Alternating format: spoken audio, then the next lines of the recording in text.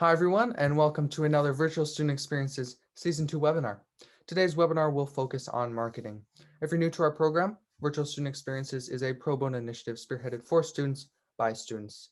We at VSC want to be the inspiration for aspiration, and our goal is to give students around the world an opportunity to hear from professionals in the career area of interest in a friendly and casual setting. Every student that knows what you want to do in the future, we at VSC want to encourage, allow, and connect you with professionals. Through VSC, students are given the chance to decide if their career of choice really fits their skills, personality, and of course, overall interests. Through VSC, you'll be able to hear from a wide variety of guests from a variety of seniority levels. And to find out more information and to sign up to be notified about upcoming webinars, you can visit our website at virtualstudentexperiences.com. And before we get started, I just want to go over some quick housekeeping things, so hang on tight. Firstly, I'm going to be asking our guest professional that I'll introduce in a second a series of base knowledge questions so that you can get a good idea of who he is and really what he does. If at any time you have a question that you think of, feel free to post it in the Q&A module and we will get to it in the later part of the webinar. We highly recommend that you do ask questions during this webinar because it's an opportunity to get an answer right here, right now, instead of reading about it later on the internet. And quickly introducing our VSC core team of volunteers, we have Buddy, Gabby, Jonathan, Coco, and Tommy. And without further ado, our guest today is Mr. Omar Khateeb. Mr. Khateeb is a marketing professional based in Silicon Valley. He has developed marketing strategies at two publicly traded surgical robotic companies through their IPOs, as well as co-founded and successfully launched a consumer product for men's fashion. Having successfully crowdfunded and launched a consumer product, Omar brings his knowledge of B2C marketing through digital channels to a B2B world. He is known for his strategies using consumer psychology across various digital mediums to guide healthcare companies in adapting to newly connected markets. He currently serves as Director of Growth at Potrero Medical, a predictive health company that is developing the next gen of smart sensors and artificial intelligence. And in his spare time, he enjoys teaching, mentoring young professionals, and donating his marketing expertise to nonprofits. He also spends time speaking at various industry conferences on topics around digital marketing, business development, and market engineering. So thank you very much for joining us today, Mr. Khateeb. Becket, it's my pleasure, and thanks for being understanding. Since it's 8 o'clock at night, I figured you guys are casual and comfy. I'm gonna be casual and comfy. I'm in my evening wear, and I'm scarfing down my dinner. So, but yeah, very, very excited to be here, and looking forward to the questions.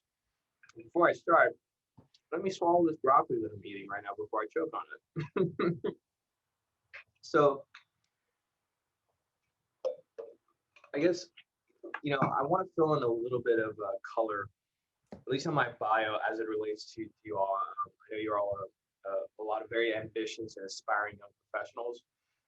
And I think that, unfortunately, these days, a lot of times when you're looking for mentorship or wisdom, you kind of get the sort of same canned answers from people, work really hard, follow your passion, etc. I have a little bit more of an edgier approach to these things. And what I mean by that is I like to sort of get straight to the truth. The kind of truth that most people will not tell you, the kind of truth that sometimes it takes somebody a lifetime or decades to realize, but by the time they do, they've already seen their career and life pass. And so I don't wish that for you. I wish you only the best, because if on a Wednesday night at 8 p.m. you could be doing a variety of things and you decided that you're going to log on and watch this live, or even if you're watching this on YouTube, you've already taken the next step, which is you're a person who's deeply interested in figuring out how you can make the biggest impact in this world, and more importantly, how you can take yourself to the next level. So for me, a little background: I was born on the border city of El Paso, Texas. My parents are from the Middle East. I'm a first-generation American. So father's from Iraq, my mother's from Turkey. I grew up in El Paso, Texas. Went to college. I was focused on being a doctor, actually. So I studied pre-med. I did research at Johns Hopkins. I was a Howard Hughes fellow. I did all that. And I finally, after all the blood, sweat, and tears, for those of you who are pre-meds, you know how hard it is. I got accepted, not only accepted to a U.S. medical school, but I got pre-accepted, and I got a full scholarship. Right? Here's the interesting thing. I actually had the lowest MCAT score in my class, yet somehow I got pre-accepted to medical school, which is a very hard thing to do. They have that, I think, in most of the country. They do that in Texas, where you can get pre-accepted, which is instead of getting accepted in March. They send acceptances 6 months beforehand, and a full scholarship. Now, going through medical school, I realized that it was not working. So my lifelong dream of being a doctor literally crumbled before my eyes, and very slowly, because I was there for 3 years. I took a year to do research. And it was the first time I really listened to myself. I listened to my intuition, and I realized that it wasn't working out for me there, and I could see myself doing other things. So I actually dropped out of medical school. I'll never forget the day that I went to my father, who's a surgeon, a general surgeon. So remember, Arab man, general surgeon, firstborn son. Dad, I want to drop out of medical school. And he looked at me and said that he 100% supports me because it wasn't going to get any easier. After I left medical school, I was faced with another challenge in my life, right? And when I say challenge, these, in my opinion, are not, challenges that are that daunting. I mean, there are people out there that we have to keep in mind that there's always someone else out there worse off than us. There's somebody out there who, rather than worrying about their next step in life, they're worrying about where they're going to find their next meal. They might live in an oppressive country where they can't, no matter what they do, no matter how talented they are, they will never climb the social ladder, right? So when I say challenges, I kind of laugh because it's like these are first world challenges. So I left med school, didn't know what to do, and so I took action, right? I took action. I started doing door-to-door sales in my hometown. Humiliating, because each person I went to, the businesses I called on were doctors' offices. So day in and day out, go to a doctor's office. Oh, you're Omar Khateeb. Hey, did you start residency yet? What's going on in med school? And I would it was very embarrassing. Explain, oh no, I dropped out of medical school. I'm doing this now. And I'll never forget that there are some people who even looked at me, usually other pre-med, mothers of other pre-meds, and they're like, why did you do that? And so I didn't lose hope. I just knew that if I put myself into action, I took execution, I implemented things, right? And more importantly, see myself being successful, that everything was going to work itself out. I know that's a very easy thing to say, but I'll come back to that in a moment. Got my first gig in surgical robotics, right? So my next obstacle was that while I was applying to medical device companies and saying, hey, I used to work I was trained in medicine and I'm a perfect fit for sales, because you're selling to doctors, I know how it works. Every med device company who I talked to said I don't have enough experience or I didn't have any. I would have to start at the very bottom of med device, selling things like Band-Aids and stuff and work my way up. I knew that wasn't true. That's the other big key, is accepting other people's rules of quote unquote how the world actually works as gospel. And so I really stuck to it. And then out of the blue, I got to work at the very top of medical devices, which is to work in a robotics company that is very, very difficult, very complicated, right? And then, I'll kind of get into some of my career there because there's a lot of interesting career choices. But the reason why I mentioned this to you guys is that I know that some of you have aspirations for entrepreneurship, right? You might have aspirations for being a doctor or a lawyer. And what I would tell you is that at this age, and I hate to break it to you, most of you don't know what you want. And the reason why I say this is because for the most part, what you think you want has been assigned to you. Very much like people who have opinions about what politics they have, what teams they support, what they're into. A lot of these things are actually assigned to you, right? And it's very much subconscious. And you think it's your own idea, it's really not. And so I think the first thing that I would tell you guys is to learn the difference between your intuition and your ego. And this is a very important thing because if you do this, great things will happen to you. And I don't want to say I can promise it because it's a legally binding term, but I promise you, you will find yourself. I surround myself with some of the best books that I can possibly get my hands on. A lot of you look for mentorship, and I was very much like you. I still am. At age 34, I still look for mentors. And I think mentorship is a very important thing. But what happens? What do you do when you can't find that mentor? Do you sit around waiting for them? No. The best thing you can do is to take it upon yourself and say, I'm going to be my own mentor.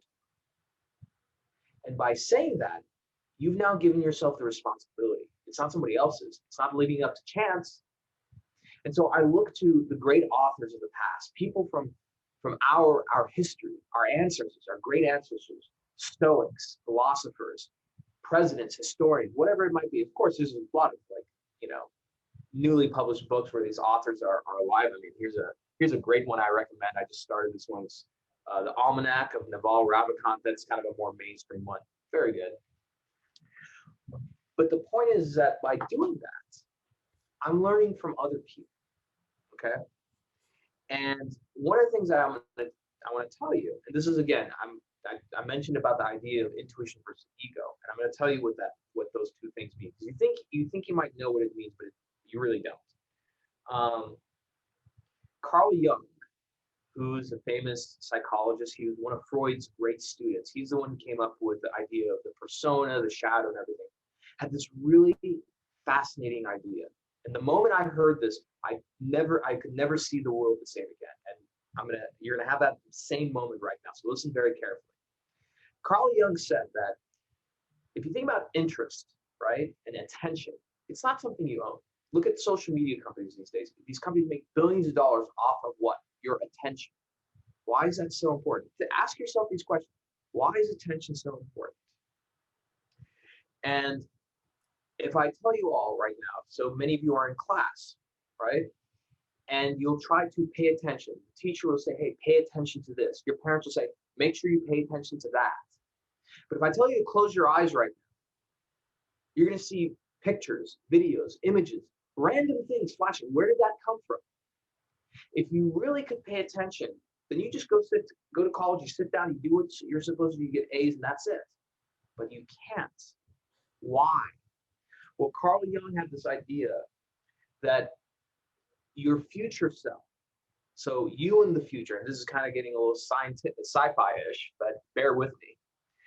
You have a future version of yourself who, let's say, is the perfect you. It's a self-actualized you, the most fulfilled version of you. And that version of you in the future communicates with you today. How? That version of you in the future communicates with you today through your attention. Have you ever noticed that you might be, going through the internet, or maybe you find a book or you find something and you're transfixed by it. You become almost obsessed by it. An idea, it possesses you. There's this old saying that people don't have ideas. Ideas have people, right? That's what everybody at some point had the idea of Uber, but there's only one guy who actually did it, right? Ideas have people. And so this is what it means to be possessed by an idea. And so when that future version of yourself communicates with you today, right? And all of a sudden, some idea, something, you become transfixed by it, that's a signal of your future self telling you that, hey, if you pay attention deeper here, you take action towards this. Not just pay attention, you take action toward this, you'll get closer to self-actualization. You'll get closer to the truth of who you are. One of the things, again, Naval Ravikant, for those of you who don't know, is a wildly, wildly successful entrepreneur, venture capitalist, etc. One of the things he says in this book is, pick up a lot of skills, learn a lot of things, but you're really going to be only good at one or two things, because those are the things you're going to be most passionate about, right? And again, this whole idea of passion, I'm passionate about this, I'm passionate about that. Focus on where does your interest go. And here's the key between intuition and ego. I know this is a long monologue, and I want to jump to Q&A, but I want to prep everybody with some ideas. Your ego, everyone knows what the ego is, right? It makes you puff up your chest, and you're really proud of stuff. Here's what you don't know about ego. Ego's there for a reason. It protects you. It does all these things. But ego is there because it's the first thing that turns on you. When you're trying to apply to a college, or you want to ask, let's say you see somebody who is a really attractive person, you want to ask them out on a date, and it doesn't go the way you want, the ego, the thing that pushed you to say, yeah, I'm good enough, I can do this, the moment you fail, the ego is the first thing to turn around and say, you know what, I told you, you're not good enough. You didn't deserve this person. You didn't deserve to be there. You're not them. That's not you. You're not at that level. It's the first thing to turn on. Your intuition, though, is different. So your ego wants details. It's the thing that says, oh, what college will I go to? So I can put that brand on on a piece of paper. What company? Oh, I want to work at Google because I want to tell people I work at Google, right? It's not about you. It's about putting on a show for other people. That takes you farther away from yourself. Money, fame, all these things, nothing wrong with them. But when you focus on those things, it takes you farther away from who you really are. Versus your intuition. Your intuition is natural. It's ancient. It's built into you in every single person and being. We see animals do it all the time. Animal, an earthquake is about to happen. The animals get scared. They run away, right? We say it's animal instincts. We have that same instinct. We call it intuition. That intuition is that thing where you meet somebody and there's something about them you just don't trust. And then your ego says, no, you don't even know this person. How could you be judging them? Blah, blah, blah. And your intuition is like, don't judge, don't trust that person. And you find out later that they're, a liar. They're a nefarious person. Or, it's that thing that when something happens, you say, dang it, I knew it. I had this feeling. That feeling is your intuition. And the thing about the intuition, and this is how you take brave steps. Look, I'll show you my library here.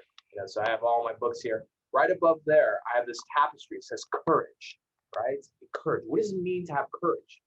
It means to follow your intuition when you don't know, because your intuition will never give you details. It'll never tell you for certain this is what it's going to do. In this other room right over here, my wife is sitting. I've always been, throughout my life, I've been like a single guy. The longest relationship I had was 9 months.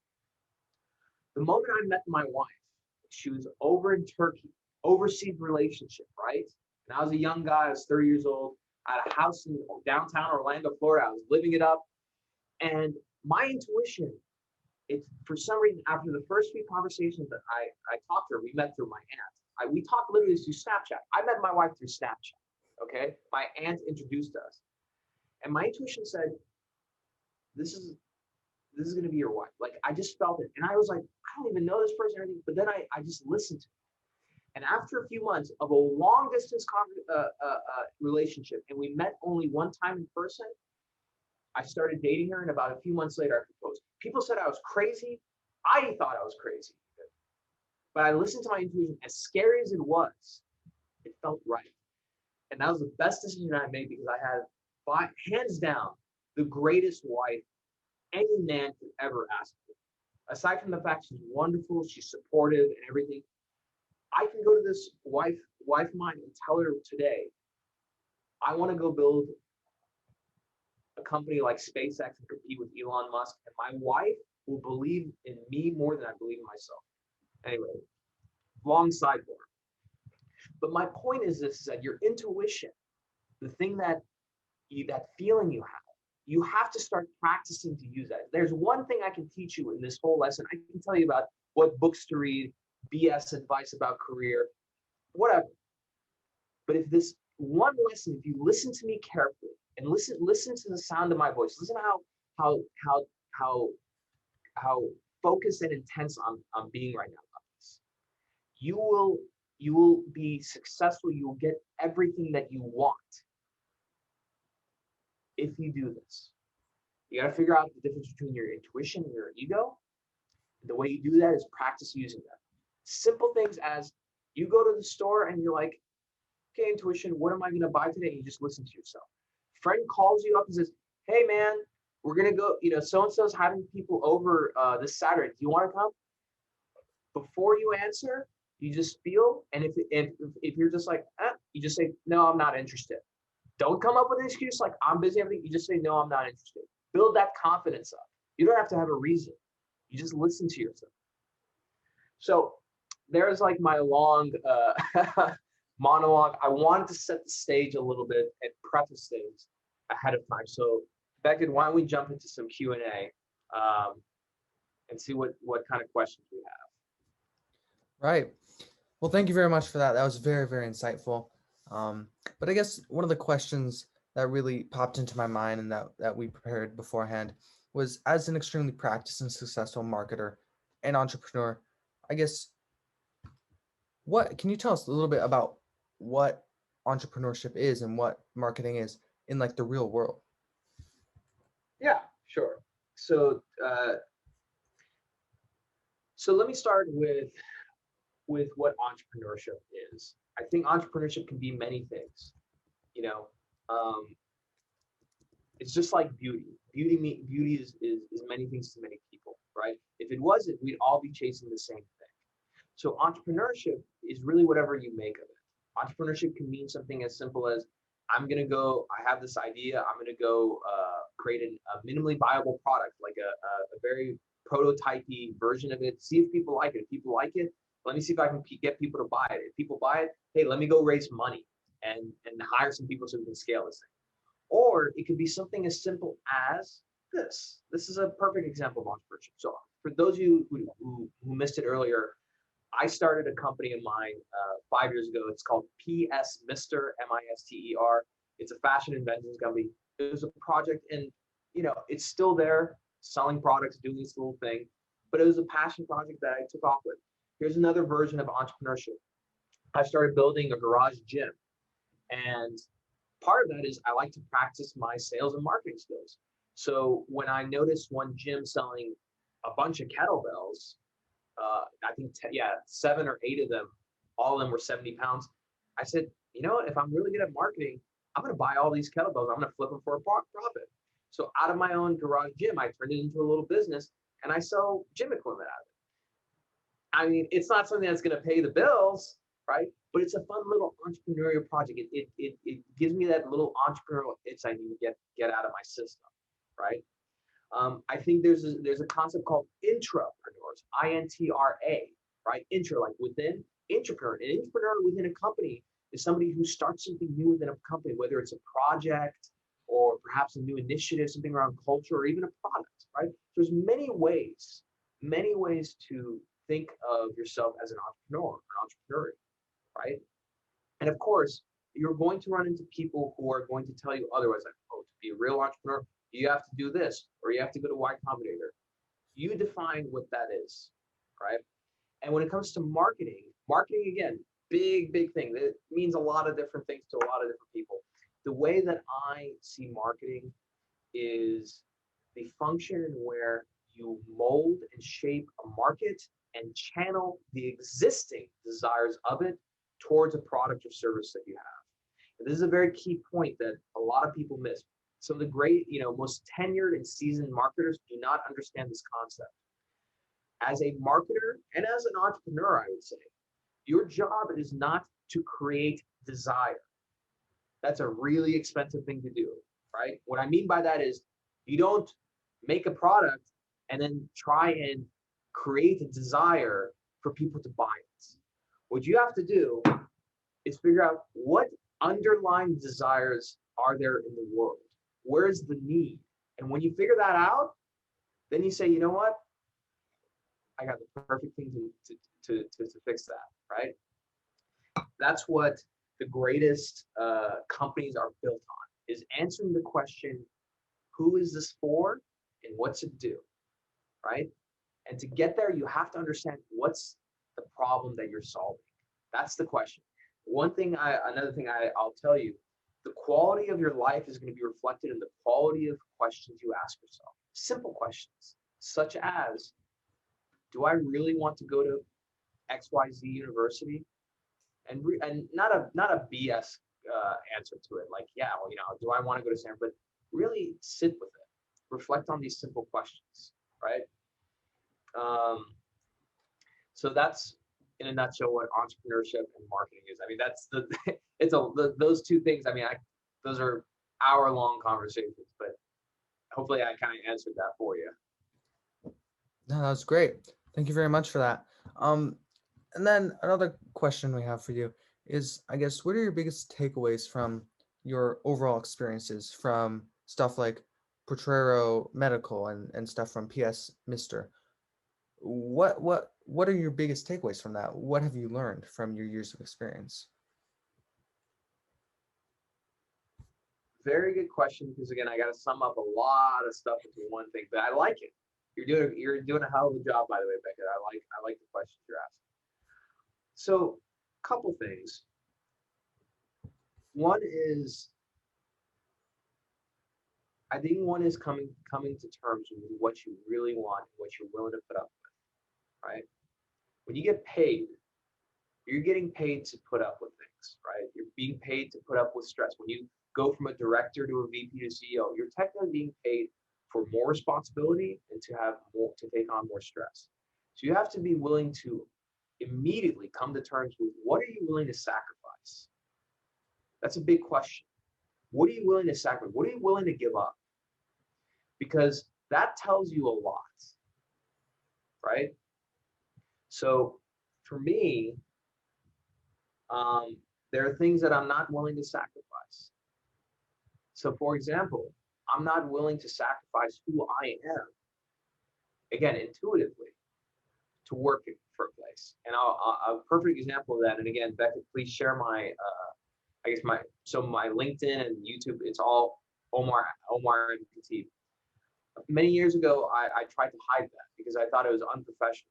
I thought like, oh, I don't want people in the company to make me feel bad. And it was shame, right?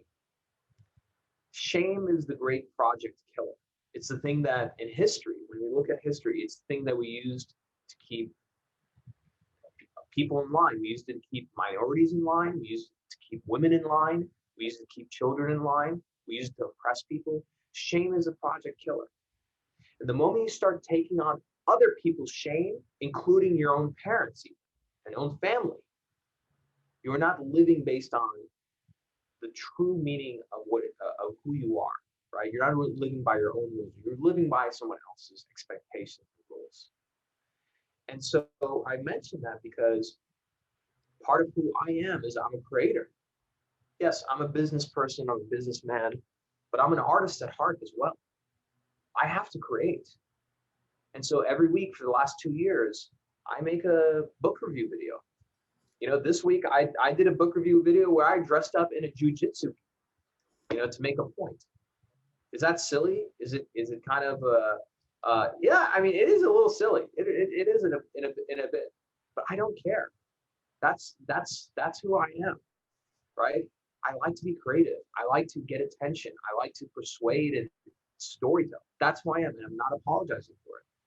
And I came to this term a couple years ago when I was, I think, 30, when I was 31. And when I started working for Truro, I sat down with the CEO. And the first thing that I told him, I said, let me tell you who I am. Because he came and wanted me to consult, and then he wanted me to work full time. I said, look, Joe, and I have a huge amount of respect for him, by the way. I said, here's who I am. I love speaking at conferences. I'm a public speaker. I enjoy it. I love sharing information with my peers. I love creating. I do videos. I write articles. I do all this. You got a problem with this? And he's like, absolutely not. I love that. I love that about you, and I love that's who you are. And he's like, and he went further. He's like, I think you should do more of it. That's the kind of person that you want to go work for. Somebody who likes to be who you are, right? And again, I'm going on a riff here. And Becket, I blame you because you're asking very good questions. But there's no such thing as work-life balance, school life. It's all the same thing, right? Am I the same person at home as I am at work? No. I act like a maniac around my wife. Like, I do all kinds of, hilarious things to make her laugh. I don't do that at work. That being said, though, who I am at home, who I am at work, who I am with all, in different circles, they deviate only by a small amount. Because the other way is when you're trying to be someone completely different at work, you're putting on a persona, what Young calls persona, a mask, someone completely different at work, and yet you're trying to hide something else. You're in a rock band or whatever, whatever it might be. You'll have dissonance. You will split your character. That'll cause you to be very sad because you're switching so much. A lot of actors, they go into this deep depression because when they have so many roles after so many years, they forget who they are because they're playing different people, right? So one takeaway I would say is know who you are, know what you're willing to sacrifice. And again, what does this all go back to? Knowing the difference between your intuition and ego. I'm 34. I'm still learning how to pull those things apart. It's very hard. It's very, very, very hard to do that. And it takes time and practice every day, right? So know who you are, know what you're willing to sacrifice. The other thing I would say is there's a balance, and try to keep these two ideas in your head. On one side, believe in yourself, have conviction, have confidence, right? But every day remind yourself that you're a fucking idiot and you don't know anything. Because if you do that, and I don't mean to swear, but I'm being real here. If you do that, that forces you to two things. One, and again, that's why, if you don't have the confidence, look, when I started in marketing, I never took a single course. I was very insecure because I was like, I don't have an MBA, I don't have anything. Guess what I did? I went and read all the great books from the greatest marketers, greatest copywriters, greatest business people in the world, so I could think like them, act like them, make those decisions, talk like them, right?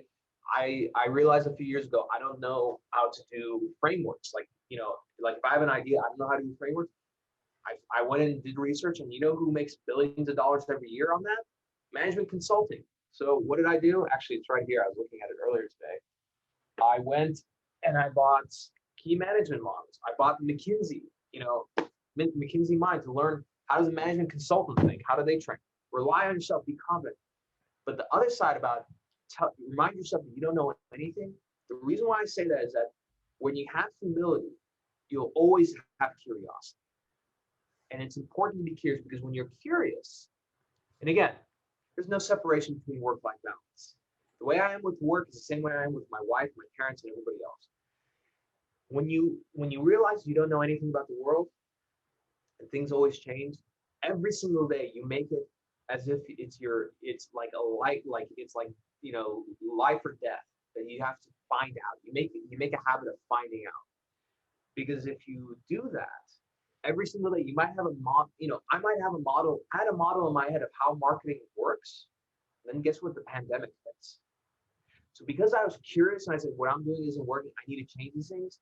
Then I go and find out what's the new thing. And even though I may not be great at it, right? I quickly innovate, I iterate, I pivot, and lo and behold, I'm very grateful. Of course, I have a great team at my company who've been successful during this pandemic in terms of getting commercial traction, generating leads and marketing, right?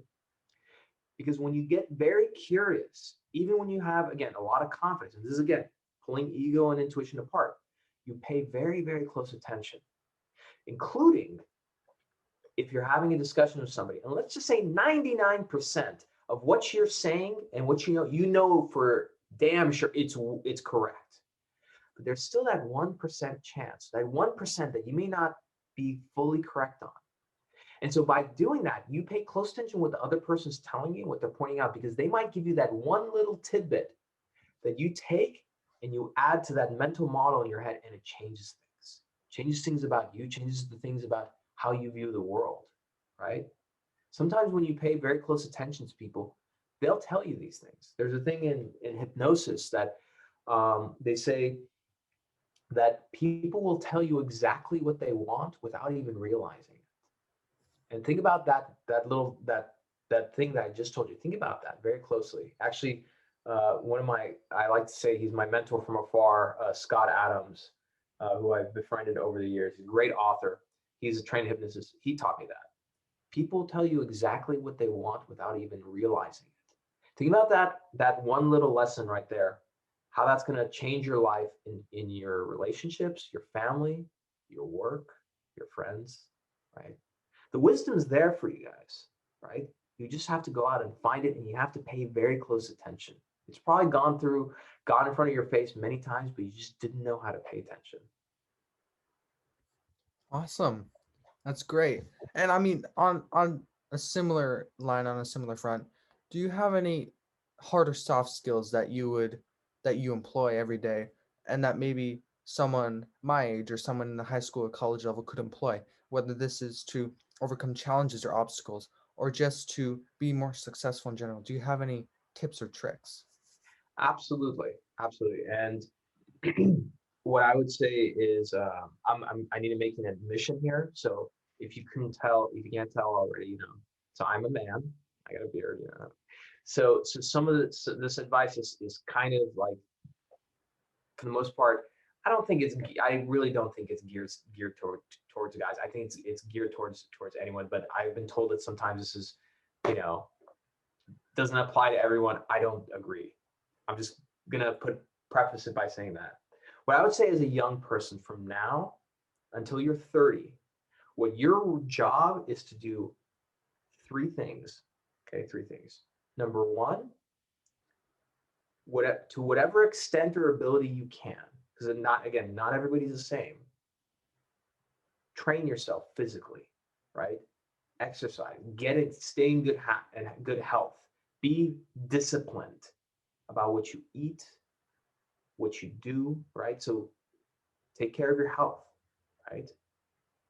Number two, become a learning machine. Your brain right now is not fully developed. Your brain stops growing right around 25, 26. You have limited time to train yourself. Train yourself on how to read, right? Because that, no matter, I don't care what you go into, that's going to be a very valuable skill. And don't take my word for it. There is a damn good reason that and I hate saying this, but it is what it is. Mark Zuckerberg, Bill Gates, Warren Buffett, all of them. I think two of them said that they pick a superpower would be the ability to like read anything super fast. And there's a reason why they read a lot. Warren Buffett in his age, he's like, oh, I slowed down a little bit. I read only 600-700 pages a day. Bill Gates, every year, he takes 1-2 weeks off, goes to his cabin, no internet, nothing. He takes a bunch of books and just reads, right? There's a reason for that. Listen to people who are wildly successful. Do what they're doing. Look, Amazon is the most wildly successful company on planet Earth right now. What did they get started in? They got started in selling books. That doesn't mean you should read more books, but you get the point, I'm sure. So become a learning machine. And what I would say is this, look, take things you learn from the world around you and say, okay, I'm addicted in this way. How can I engineer my environment, right?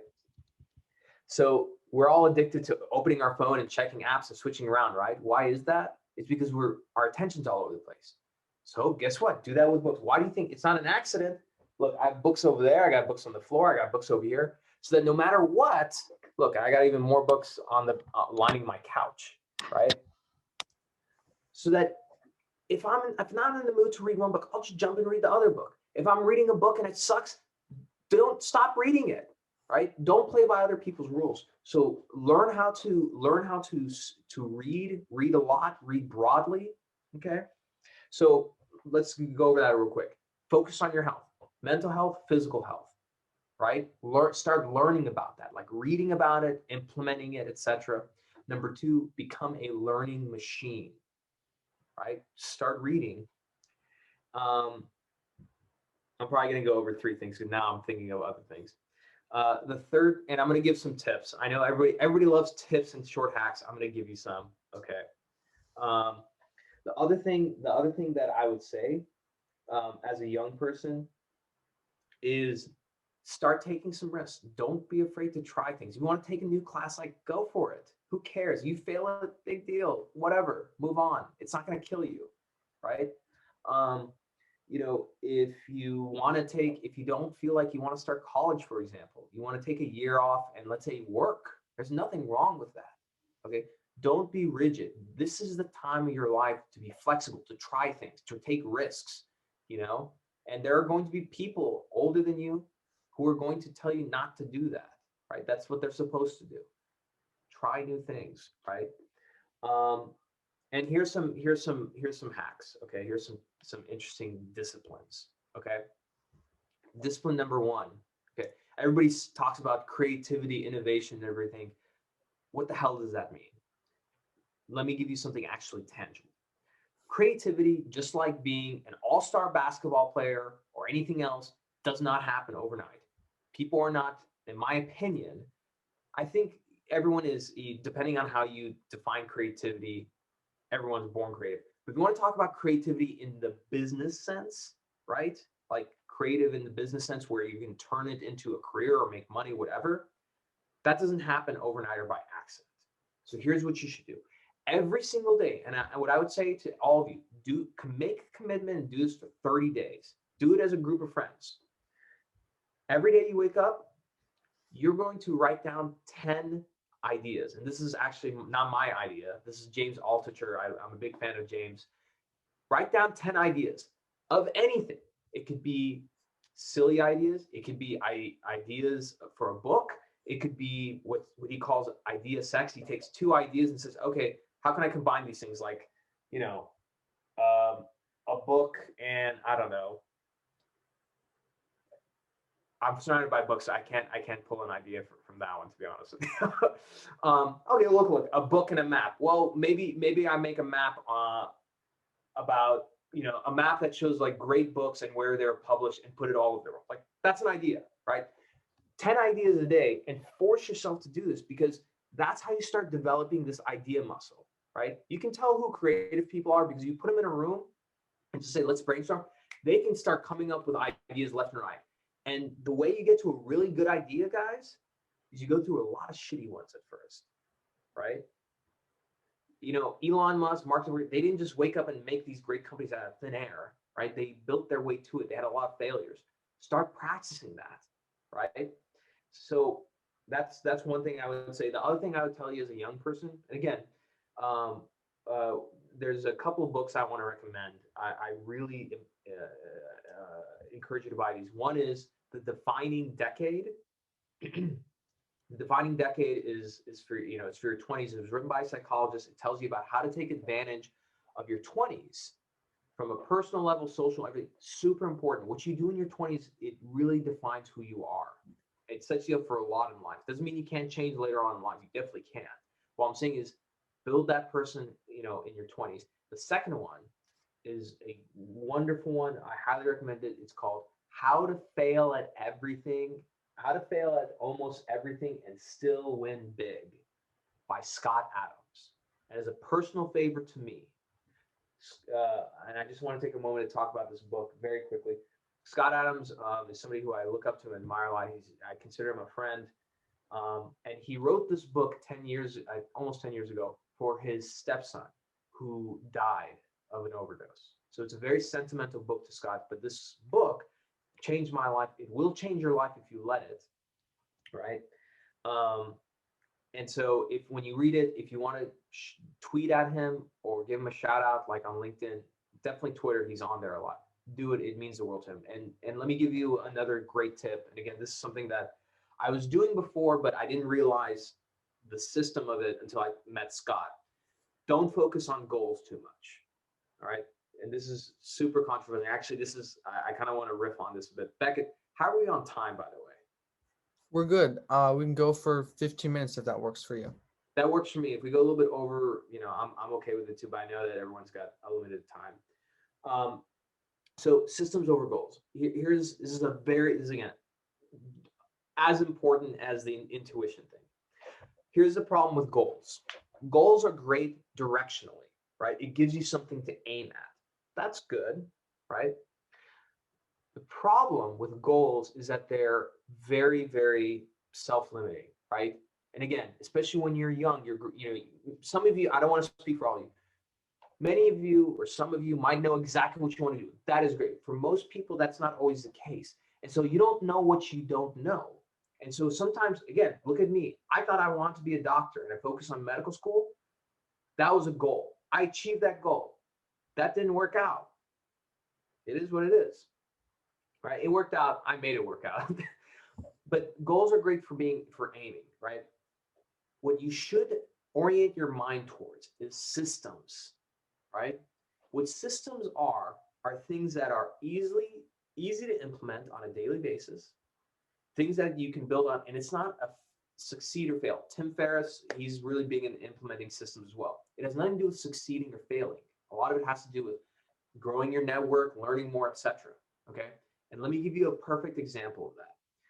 Here's a system versus goal. And again, you guys are all young high school college students, so I'm sure you'll appreciate this.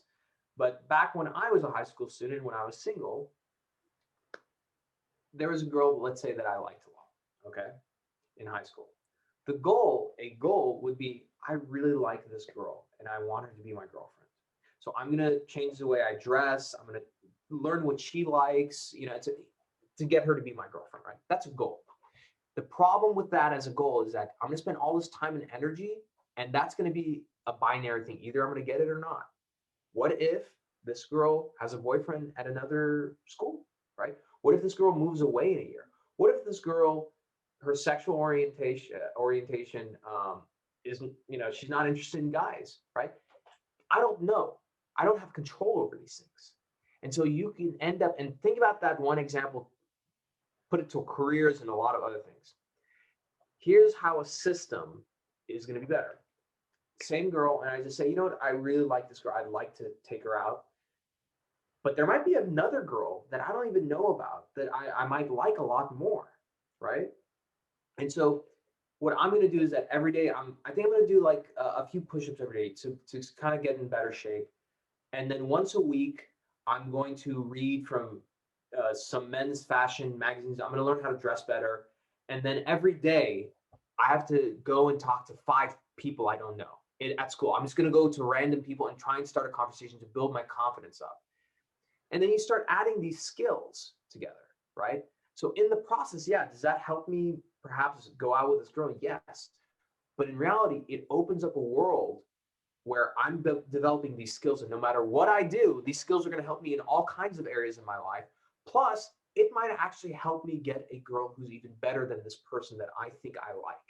Because the way the universe works is that many times you don't really know what you want or what you are about to get. And a lot of great successful people, they say that I would have never imagined that it would have turned out like this, right? That's working a system, right? And so the reason why I mentioned that is that it goes back to what are skills that you can focus on developing that doesn't matter what you do, it's going to be valuable to you. So, for example, um, a system, a great system is, again, every day I'm going to do a certain amount of exercise to a certain level that I want. That's going to keep you healthy no matter what you do. So I do 100 push-ups every single morning. Every day I do some level of exercise to however I see fit. Another system, learning how to do public speaking, right? That's not a succeed or fail thing. That's a continuing education thing. Learning about persuasion. All these different things, they work together as a system so they can, yeah, help you get towards those goals that you want. But in the grand scheme of things, it helps open up your entire world to things that you would have never even thought of. Some quick example of this I just want to share. Here's a way of working a goal versus system for many of you who are going to start looking for a job out of college. A goal is to say, I want to go work for Google. Nothing wrong with that. That's fine. Problem is, what if you'd be miserable at Google? Oh, but I don't, it's Google. Believe me, they don't have 100% retention rate. And I know plenty of people who go there and quit. There's a reason. You don't know what you don't know. So what you say is, okay, I want to go work for Google. So the goal would be, I'm going to spruce up my resume and send it in. That's a goal. It's succeed or fail. The other side of it is, again, asking interesting questions, right? So working a system, which is what would it take for me to work at a place like Google or somewhere better? Developing my skill set, right? Here's another one, right? Because some people say, well, I don't have time. Like I need to get a job in the next few months. Well, here's the other thing. How do you expose your brand, who you are, to more people so they know who you are instead of trying to compete with everybody on paper, right? So then you say, okay, you know what? I'm going to go on LinkedIn. I'm going to learn how to connect with people. And I see people making videos on LinkedIn and posting, and I see that a lot of CEOs from these big companies are liking these like managers posts and everything. Well, maybe I'll make some posts and connect with the CEO and do that as well, right? Hey, you know what? People are connecting with me and engaging with my posts. Maybe what if I did a post and I wrote about what the CEO did at this company, like this really cool thing, and I talk about that and what I learned from it. Oh my God, I did that, and the whole company's talking about this post now, and all these people are connecting with me. What if I do that? So what I just explained to you is literally what I did the last few years when I was younger, right? Because again, this whole idea of asking really good questions, getting creative, taking risks, not listening. I can't tell you how many people told me like, Omar, why are you, writing articles and then, you don't have an MBA and this is kind of silly. Listen to your intuition, right? Because when I started to really listen to my intuition, here's what happened. I ended up leaving a job in Orlando. I got moved out to San Francisco, the most expensive and competitive city in the world. Someone else paid to move me out here. I got a great job. I left that job, moved to another one. I got hired at Potrero, where I'm literally running all the growth and marketing strategies I want, because the CEO of this company found out about me because he was reading my articles 4 years ago when he was a director at another company, and he remembers those. And those articles were the same articles that I had family members and I had friends even saying, why are you writing these articles? Like, you're writing an article once a week. Like, who's reading this? And what background do you have and what authority do you have to write these? And I remember just time I said, I don't know, but I just have this feeling, and I just feel like I should do it. And I'm going to do it. And so I think the one thing I would, again, tell you all is listen to your intuition, because the more you're able to, life, the best parts of life are not easy to get, right? And it's like that for a reason, right? Making a lot of money, even making a six-figure salary, it's not technically easy, right? I mean, I want to say it's easy, you should be confident, but it doesn't happen by accident. And I think the reason for that is that you have to peril through hell a little bit to get to that next level, right? It's like climbing a mountain.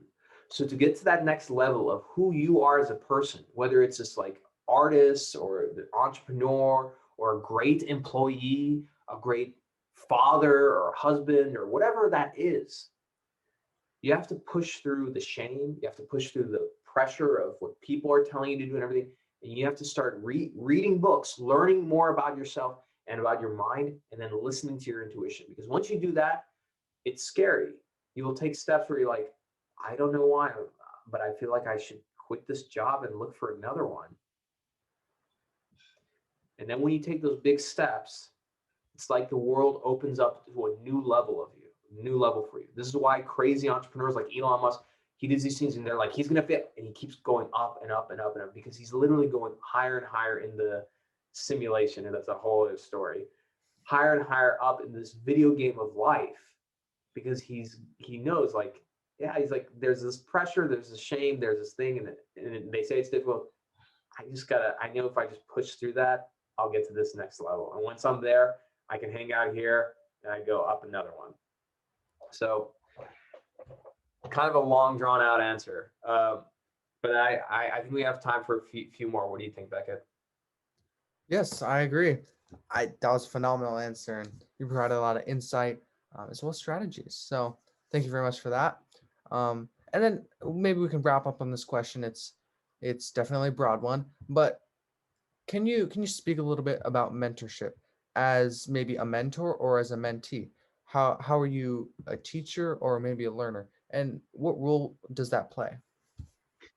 Yeah, I have a great question.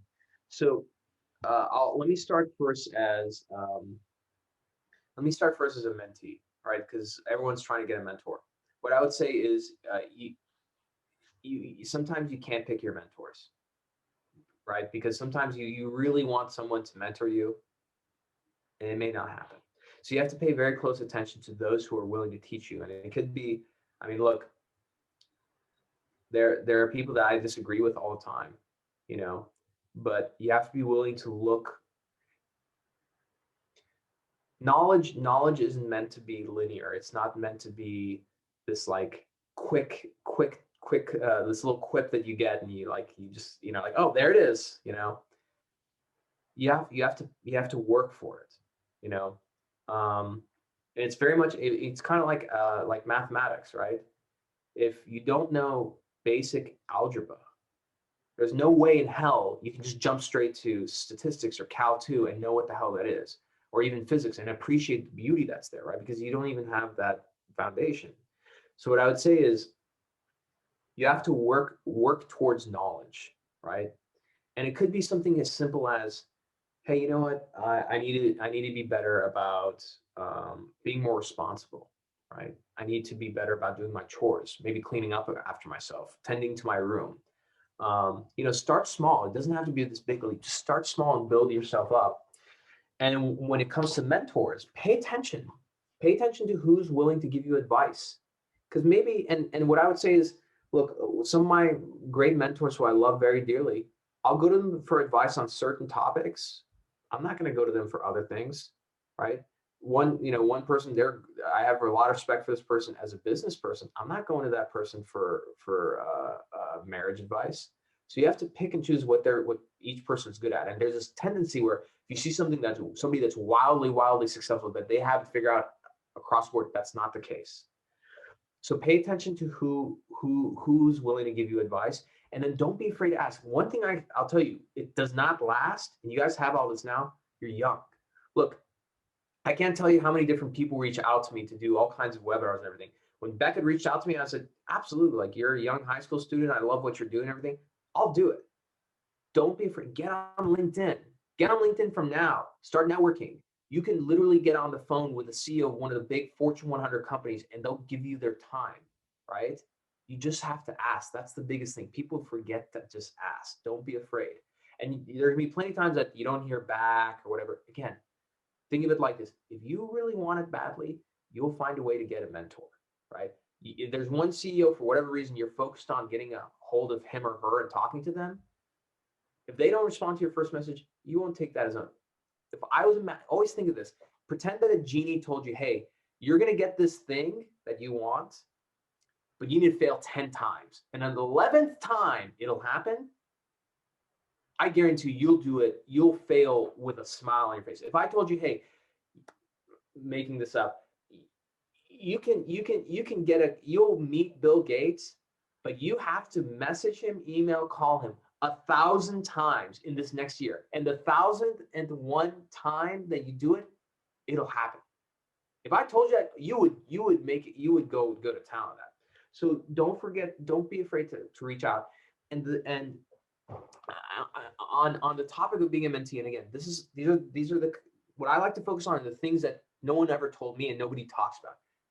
Does anyone know how to be a good mentee? No one talks about that, right?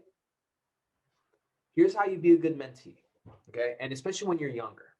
First, obviously, pick your mentors well, because you might pick somebody and they give you shitty advice and you're stuck with it. When someone gives you advice, especially about something they really know well, listen to it, take that advice, and then put it into action. Take action on it. The most demoralizing thing that happens for me when I deal with mentees, and especially when someone comes and asks to get mentored by me, it's like boot camp. They hate me while they're going through it. They love me later on, though. Because if it doesn't work out, that's fine, but you have to take action to things. Otherwise, my words are lost. They're waste, right? So as a mentee, when you ask for advice, take the advice and take action on it. And as you get older, it has nothing even to do with age. As you start to learn about your intuition and ego, then you can choose, like, you know what? I know they gave me that advice, but I just don't feel, I don't know if that's the right thing for me, right? That's fine. But again, if you're asking for advice, be ready to take action on it. And what I would say is a great trick to mentorship. Let's just say you got mentorship from your dream person, whoever that might be. Imagine your dream person. You're going, you get them on the phone. Have 3 problems for them. Specifically, say, hey, here's my situation. Here's question number 1. What should I do for blank? Blah, blah, blah, blah. Here's the problem number 2. So have them talk about the 3 problems, right? 3 problems, whatever. Or not 3 problems, I'm sorry. It could be whatever you want to talk about. Talk it through with them and get their advice. And at the end of the conversation, you say, hey, I'm an adult. I'm responsible for this. But if I were to deliver 3 promises to you in a month from now, based on what we just talked about, what 3 promises would you tell me to deliver on? And say, please excuse me, I need you just for this moment to pretend that I'm somebody you deeply, deeply care about. Pretend that I'm your son, or pretend that I'm a nephew. I need you to just pretend, because I want to make sure I get the best advice out of you. And then that'll catch them off guard. People will love that. They'll tell you, yeah, you have to do this, this, and that. Take those 3 promises and say, wonderful. Could I follow up with you in a month and let you know how I'm doing with those 3 promises? And unless they're a jerk, they'll say, yeah, absolutely. You follow up in a month and you say, hey, I delivered. I did this. I did this. I did this. Here are the results. Here's my new situation. What are three more promises I can make on that? Right. That's how you develop. And in the meantime, here's the other thing. If you have a great mentor, if you want more mentorship, learn what's important to that mentor. Ask him. So, perfect example. And again, I know we're a few minutes over time, Beckett. Are we okay? Yeah, no, this is totally fine. Okay. Um, so Scott Adams is a great example. So Scott Adams, again, world famous author, brilliant man. He predicted.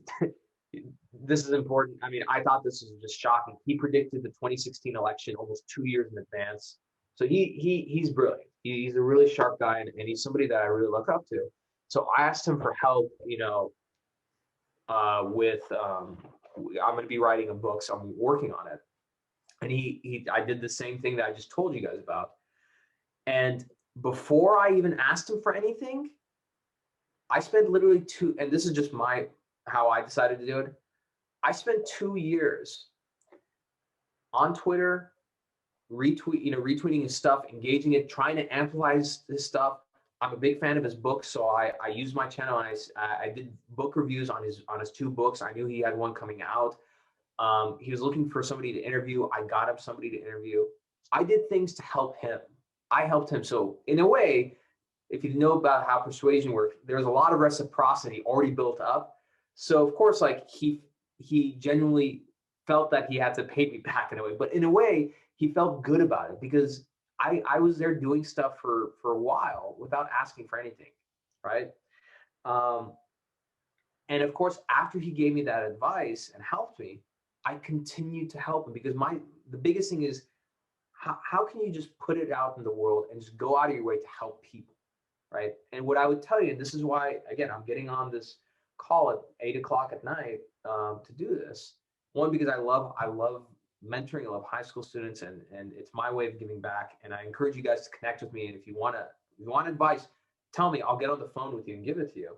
But what I would say is this: is that every single thing that's happened in my life that was good, every single thing happened as a result of somebody else helping me. I work hard. I'm charismatic, ambitious, all these things, but it happened as a result of me being helped by someone else. And so in any way possible that I can pay that forward, even when I'm trying to get help myself, I will do it. And I would say that if you guys take that kind of approach to life, to try and be helpful, everyone will want to work with you. Everyone will want to hire you. Everyone will want to be your friend, right? And more importantly, life is full of a lot of hardships. Things will fail. People you love will pass away.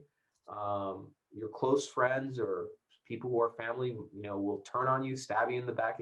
Like life. That's life. Really bad things are going to happen. I can promise you that, unfortunately. But what I would say is, it's how you decide you want to live your life, and how you want to focus on the positive sides of it, and how you can do better, and how you can help others and help yourself. I think when you do that, everything else takes care of itself. I'm trying my best to fit this in the career standpoint, but again, this all goes back to first principles and foundations, which is building those skills and the mindset you need that no matter what you do, you're going to be successful. Being disciplined, right? Healthy, knowing who you are at heart, all those things, whether you become an artist, entrepreneur, you go to law school or med school, these things will help you no matter where you are. Great. Well, that's a great way to conclude this webinar. Thank you so much for sharing your insight, your knowledge, your experience with us. I want to personally thank you on behalf of the VSE team and the people that will view this later. I'm sure they'll greatly appreciate what you've shared with us here today. But other than that, if you guys want to learn more, please visit our website at virtualstudentexperiences.com. And if you want to connect with Mr. Khateeb or contact him in any way for advice or anything like that, we will be sure to provide those resources and make them available to you. With that, I think we're done. I would like to thank you again, Mr. Khateeb. Absolutely, Becky, you did a hell of a job, my friend. You asked great questions. You're very good at this, honestly. Thank you very much. Well, Awesome. I wish you all the best and good night.